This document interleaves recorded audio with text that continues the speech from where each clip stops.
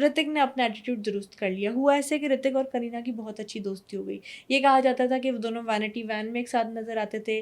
Shoots के दौरान जब भी लंच ब्रेक आती थी, करीना और ऋतिक एक साथ खाना खाया करते थे.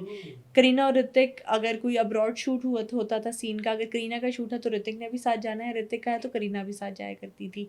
और ये कहा जाता था कि करीना और ऋतिक का प्यार इतना ज़्यादा यादें फिल्म की सेट पर बढ़ गया था कि राकेश रोशन तक ये खबर पहुंच गई थी. अच्छा, जब राकेश रोशन तक ये खबर पहुंची तो उन्होंने पहले करीना से बात की. उन्होंने कहा कि तुम जानती हो कि मेरा बेटा सुजैन से शादी करने वाला है, तो तुम ऋतिक से दूर रहो. जिस पर करीना कपूर ने राकेश रोशन को जवाब दिया था कि मैं तो ऋतिक की दोस्त हूँ और ऋतिक की दोस्त रहूँगी. अगर आप चाहते हैं कि आपका बेटा मेरे से दूर रहे तो आप अपने बेटे को समझाएं, मुझे समझाने के बजाय.